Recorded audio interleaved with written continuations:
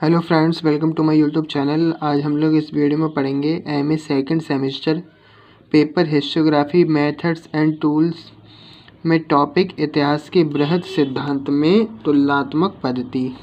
इससे पहले हम लोग पढ़ चुके हैं संरचनात्मक सिद्धांत, सामाजिक सिद्धांत, ऐतिहासिक भौतिकवाद और युग चक्रवादी सिद्धांत। अब देखते हैं तुलनात्मक पद्धति क्या होती है बृहद सिद्धांत में।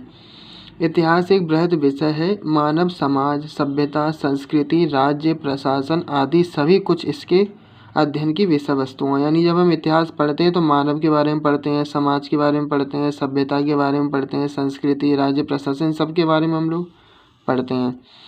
विश्व इतिहास के अध्ययन में अधिकांश समाजों, सभ्यताओं, संस्कृतियों, राज्यों के प्रशासन, यहाँ तक कि कई धर्मों में न कुछ समानताएं दृष्टिगोचर होती हैं। यानी विश्व के इतिहास में जो समाज होते हैं, सभ्यता, संस्कृति या धर्म होते हैं, उनमें आपस में कुछ न कुछ समानताएं होती हैं। जैसे एक दूसरे की कुछ समानताएं हमें देखने को मिलती हैं। उस धर्म में भी, उस समाज में, राज्य में भी होता है और हमारे धर्म, समाज, राज्य में भी। इन समानताओं का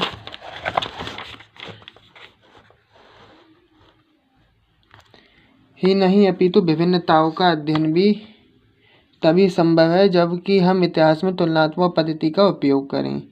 तुलनात्मक इतिहास दर्शन का प्रवर्तक इटली के महान दार्शनिक इतिहासकार जियांबाप्तिस्ता विको यानी 1668 से 1744 ईस्वी को माना जाता है। क्योंकि तुलनात्मक इतिहास दर्शन किनके द्वारा आया? इनके द्वारा, जियांबाप्तिस्ता विको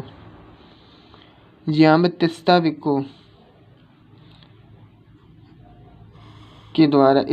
उसका मानना था कि इतिहास में समानता और अक्षुण्णता की प्रवृत्ति विद्यमान है। समानता का आधार यह है कि मनुष्य स्वयं इतिहास का निर्माता है और उसकी प्रकृति में सर्वत्र मौलिक समानता मिलती है। यानी उसका मानना था कि मनुष्य ने इतिहास बनाया है। इसका दूसरा पक्ष यह है कि मानव प्रकृति में आकस्मिक परिवर्तन नहीं होते। इसमें पूर्व स्थिति और स्वरूप के चिन्ह अवश्य विद्यमान रहते हैं। अतः इतिहास में भी अक्षुण्णता और क्रम बने रहते हैं।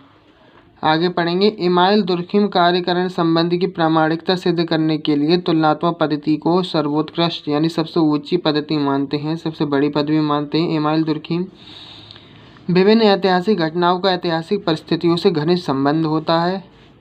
यानी जो विभिन्न ऐतिहासिक घटनाएं होती हैं, इनका परिस्थितियां भी होती हैं जिनसे इनका संबंध होता है, जुड़ी होती हैं। कभी कभी घटनाएं और परिस्थितियां एक दूसरे को उत्पन्न करने का कारण होती हैं। यानी अगर ऐतिहासिक परिस्थिति होगी तो इससे ऐतिहासिक घटना होगी, अगर ऐतिहासिक घटना होगी तो ऐतिहासिक परिस्थिति बनेगी। कौन सी घटना किस परिस्थिति के द्वारा उत्पन्न हुई या किस घटना ने कौन सी परिस्थिति पैदा की, यह सब जानने के लिए हम उन सभी परिस्थितियों की तुलना घटनाओं के संदर्भ में करते हैं जिनमें दो घटनाएं एक साथ घटित होती हैं या अनुपस्थित होती हैं। इसी को तुलनात्मक पद्धति कहा जाता है। दुर्खिम ने तुलनात्मक पद्धति को पूर्णतः वैज्ञानिक माना है। उन्होंने कहा है कि वैज्ञानिक है ये तुलनात्मक पद्धति। उनके अनुसार इस पद्धति का प्रयोग करके वे समस्त निष्कर्ष प्राप्त किया जा सकते हैं जो कि वैज्ञानिक कसौटी पर खरे उतरते हैं। वे तो यहाँ तक कि कहते हैं कि विद्वानों द्वारा तुलनात्मक पद्धति की सहायता से निकाले गए निष्कर्षों को वैज्ञानिक जगत में मान्यता नहीं मिली तो उसका कारण तुलनात्मक पद्धति का दोष नहीं अपितु विद्वानों की अपनी कमी है। उन्होंने तुलनात्मक पद्धति को ज़्यादा सटीक माना है। अगर उन्होंने कहा है कि अगर ये वैज्ञानिक जगत में भी इसके द्वारा मान्यता नहीं मिली तो उनका कहना है कि ये तो सही है तुलनात्मक पद्धति, पर जो विद्वान है वो अपनी कमी के कारण इसको नहीं समझ पाए।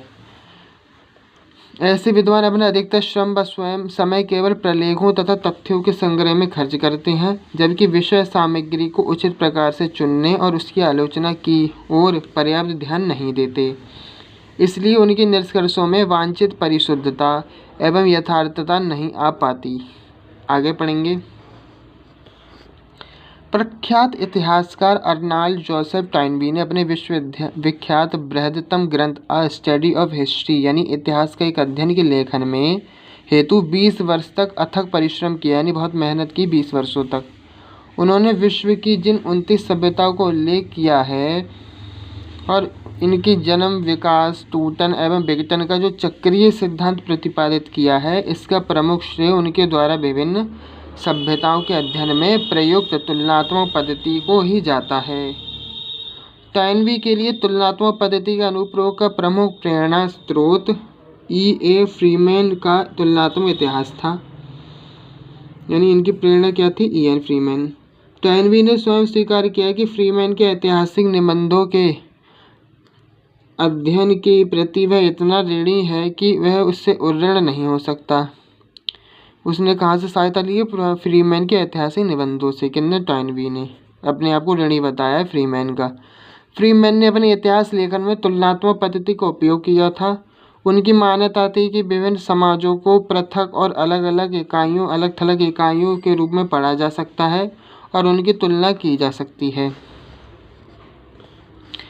टॉयनबी ने विभिन्न सभ्यताओं के अध्ययन में काफ़ी सूक्ष्मता के साथ तुलनात्मक पद्धति का उपयोग भली भांति करते हुए अपने निष्कर्ष निकाले थे। टॉयनबी ने काल एवं स्थान की दृष्टि से विभिन्न सभ्यताओं के लक्षणों का तुलनात्मक अध्ययन किया था। यानी उसने अपने काल और स्थान की दृष्टि से विभिन्न सभ्यताओं के लक्षणों का अध्ययन किया कि क्या क्या लक्षण किस सभ्यता में हमें देखने को मिलते हैं। किसका प्रयोग करके? तुलनात्मक पद्धति का उपयोग भली भांति अपने निष्कर्ष निकाले। एक ही सभ्यता का विभिन्न कालों में एवं विभिन्न सभ्यताओं का एक ही काल में भी अध्ययन किया था। यह टॉयनबी की कल्पना शक्ति का ही प्रतिफल था कि उन्होंने इस तुलनात्मक पद्धति की मदद से अत्यंत महत्वपूर्ण निष्कर्ष निकाले। कंक्लूजन। यद्यपि बहुत से इतिहासकार इतिहास में तुलनात्मक पद्धति के प्रयोग की आलोचना करते हैं, परंतु टॉयनबी इस पद्धति के प्रयोग का प्रबल समर्थक था। इस तारतम्य में टॉयनबी यह भी कहता है कि इतिहासकार तुलनात्मक पद्धति द्वारा ऐतिहासिक तथ्यों के अध्ययन की संभावनाओं के विषय में विवाद रखते हैं, परंतु उन्हें यह ध्यान रखना चाहिए कि पश्चिम के व्यापारी अपने चारों ओर की दुनिया का निरंतर तुलनात्मक रूप से अध्ययन कर रहे हैं, अतः अपने उद्देश्यों की प्राप्ति के लिए इस पद्धति का उपयोग करना चाहिए। ये किसने कहा है? टॉयनबी ने कहा है। तुलनात्मक अध्ययन के द्वारा ही हम एक परिकल्पना अथवा सिद्धांत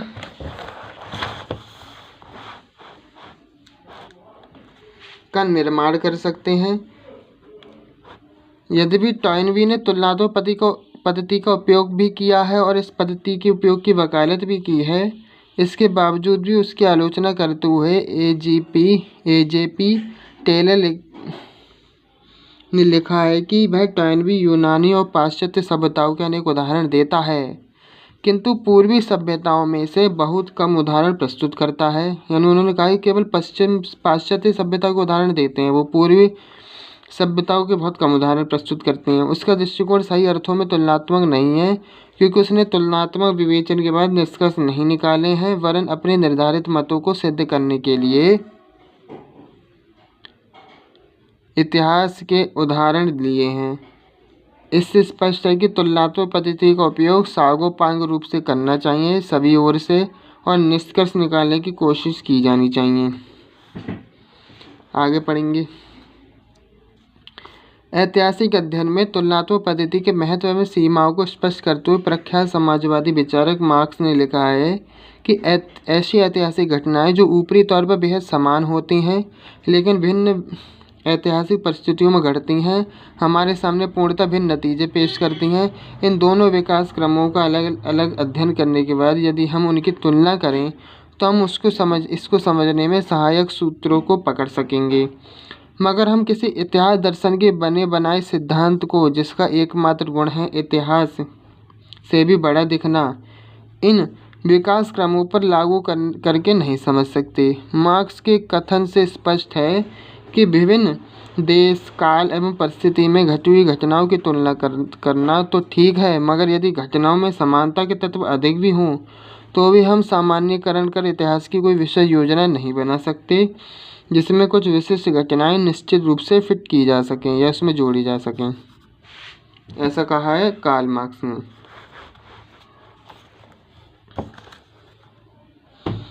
तुलनात्मक अध्ययन द्वारा सामान्यकरण करते हुए यदि किसी निश्चित सिद्धांत का निर्माण इतिहासकार नहीं करता तो फिर तुलनात्मक अध्ययन का औचित्य क्या? यानी अगर हमें तुलनात्मक पद्धति का प्रयोग कर रहे हैं तो हमें किसी निष्कर्ष पर निकलना चाहिए, हमें एक निष्कर्ष बताना ही चाहिए। इस प्रश्न का उत्तर देते हुए E.H. कार स्पष्ट करते हैं कि इसके माध्यम से हम इतिहास से सीखने की कोशिश करते हैं। घटनाओं के एक सेट में प्राप्त ज्ञान को हम घटनाओं के दूसरे सेट पर लागू करना सीखते हैं, और जब हम सामान्यीकरण करते हैं तो यह सचेत या अचेत रूप से हम यह काम कर रहे होते हैं। जो लोग सामान्यीकरण का तिरस्कार करते हैं और इस बात पर जोर देते हैं कि इतिहास का सरोकार मुख्यतः असामान्य विशिष्ट से होता है, वे सही मायने में ऐसे लोग हैं जो इससे इनकार करते हैं कि इतिहास में कुछ सीखा जा सकता है। यह एक सर्वमान्य तथ्य है कि यदि हम 1917 ईस्वी की रूसी क्रांति का अध्ययन करें तो हमारे न चाहने पर भी हमारा ध्यान इंग्लिस्तानी, फ्रांसीसी एवं चीनी क्रांति की ओर बरबस ही चला जाता है और हम इनका तुलनात्मक अध्ययन करने को बाध्य हो जाते हैं। मात्र इतिहासकार ही नहीं अपितु इतिहास का पाठक भी तुलनात्मक अध्ययन में रुचि लेता है। इस तारतम्य में कार ने भी लिखा है कि आधुनिक इतिहासकार जब भी इंग्लिस्तानी, फ्रांसीसी, रूसी और चीनी क्रांति की चर्चा करते हैं तो इसी तरह का सामान्यीकरण करते हैं। इतिहासकार वस्तुतः असामान्य विशिष्ट में रुचि नहीं रखता, वह विशिष्ट के भीतर स्थित सामान्य में रुचि रखता है। दरअसल इतिहास सामान्यीकरण से ही अपनी खुराक पाता है। आगे पढ़ेंगे। ईसाइया वर्लिन महोदय के अनुसार एक वैज्ञानिक समानताओं पर ध्यान केंद्रित करता है, वह सामान्य में रुचि रखता है, जबकि इतिहास का तुलनात्मक अध्ययन तो करता है मगर अपना ध्यान विभिन्नताओं पर केंद्रित रखता है। यानी जो सामान्यीकरण पर ध्यान देता है, जो समानताओं पर ध्यान देता है वो सामान्य में रुचि रखता है, जबकि जो तुलनात्मक अध्ययन करता है वो विभिन्नताओं पर ध्यान देता है। यानी इसमें क्या क्या विभिन्न चीज़ें थीं केंद्र में। उदाहरण के लिए इतिहासकार फ्रांसीसी क्रांति की चर्चा करता है तो वह यह नहीं खोजता कि इस क्रांति की अन्य क्रांतियों से क्या समानता है, अपितु यह जानने का प्रयास करता है कि यह क्रांति अन्य क्रांतियों से किस प्रकार भिन्न है। वह इसका एक विशिष्ट क्रांति के रूप में अध्ययन करता है। वर्लिन का मानना है कि इतिहासकार के लिए अपरिहार्य है कि केवल यह जिज्ञासा न करे कि क्या घटा, अपितु यह भी विभिन्न प्रतिनिधि व्यक्तियों ने उस स्थिति को किस रूप में देखा। 1789 ईस्वी में फ्रांसीसियों ने, 1917 ईस्वी में रूसवासियों ने क्रांति के विषय में किस प्रकार विचार किया। वैज्ञानिक केवल दृष्टा। आगे पढ़ेंगे।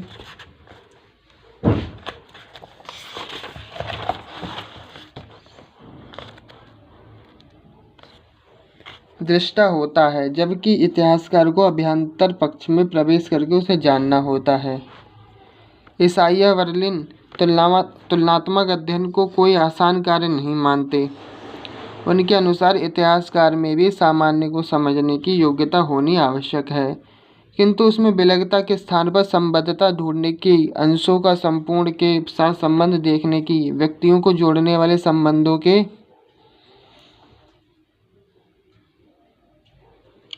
अभिशाप, यहाँ पे मिटल गया है, सही से प्रिंट नहीं हुआ है, अभिशाप की योग्यता होनी चाहिए। उसे यह समझ सकने में सक्षम होना चाहिए कि कैसे विविध घटक मिलकर एक निश्चित तथा परस्पर सुप्रतित स्वरूप बनाते हैं। इतिहासकार के ये गुण उसके किसी प्रयोगशाला में किए जाने वाले अध्ययन में अपेक्षित गुणों की अपेक्षा व्यावहारिक मानव कार्य व्यापार के संदर्भ में अपेक्षित गुणों के सदृश होते हैं। आगे पढ़ेंगे।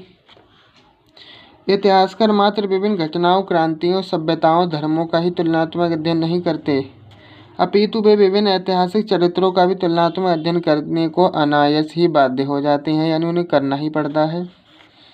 महान भारतीय गुप्त सम्राट समुद्रगुप्त का काल 335 से 375 ईस्वी के बीच का है, और एवं यूरोप में फ्रांस के सम्राट नेपोलियन बोनापार्ट का काल 1804 से 1815 ईस्वी के बीच का। इस तरह विभिन्न देश, काल एवं परिस्थितियों के होने के बावजूद भी विंसेंट स्मिथ ने समुद्रगुप्त की तुलना नेपोलियन बोनापार्ट से की। इसी कारण विभिन्न विद्वान कालिदास की तुलना शेक्सपियर से एवं बलबन की तुलना बिस्मार्क से करते हैं।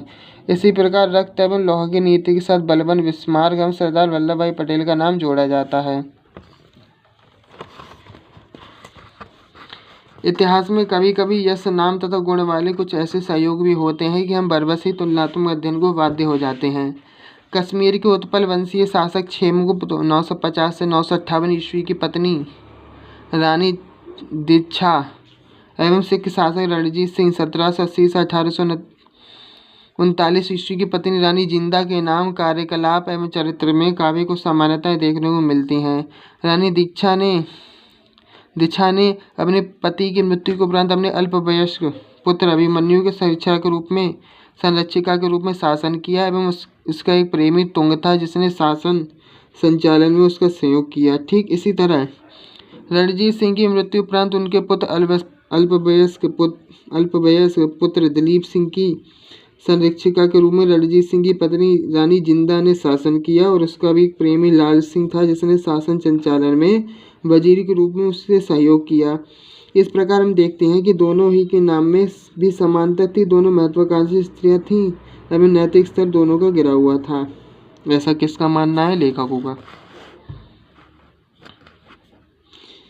इस प्रकार हम देखते हैं कि इतिहास में तुलनात्मक अध्ययन विशिष्ट महत्व है। कई बार इतिहास का ना चाहते हुए भी तुलनात्मक अध्ययन को बाध्य हो जाता था। वीको को तुलनात्मक इतिहास दर्शन का प्रवर्तक माना जाता है। फ्रीमैन के तुलनात्मक इतिहास से प्रेरणा लेकर टॉयनबी महोदय ने विश्व की 29 सभ्यताओं को तुलनात्मक अध्ययन अपनी कृति इतिहास एक अध्ययन में प्रस्तुत किया। इमाइल दुर्खिम ने तुलनात्मक पद्धति को सर्वोत्कृष्ट पद्धति बताया एवं मार्क्स ने तुलनात्मक पद्धति के महत्व एवं सीमाओं को बताया। ईसाइया बर्लिन ने तुलनात्मक अध्ययन द्वारा सामान्यीकरण करने की प्रक्रिया में एक इतिहासकार के कार्य को एक वैज्ञानिक की अपेक्षा अधिक चुनौतीपूर्ण माना और कार ने तो यहाँ तक स्वीकार किया कि मात्र इतिहासकार ही नहीं, इतिहास का पाठक भी तुलनात्मक अध्ययन हेतु कभी कभी बाध्य हो जाता है एवं इतिहास सामान्यीकरण से ही अपनी खुराक पाता है। तो आज हमने पढ़ा तुलनात्मक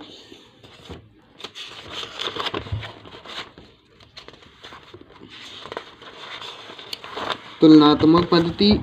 चैनल को सब्सक्राइब, वीडियो को लाइक करें। जिस किसी को इस वीडियो की आवश्यकता हो उसकी लिंक शेयर करें। धन्यवाद।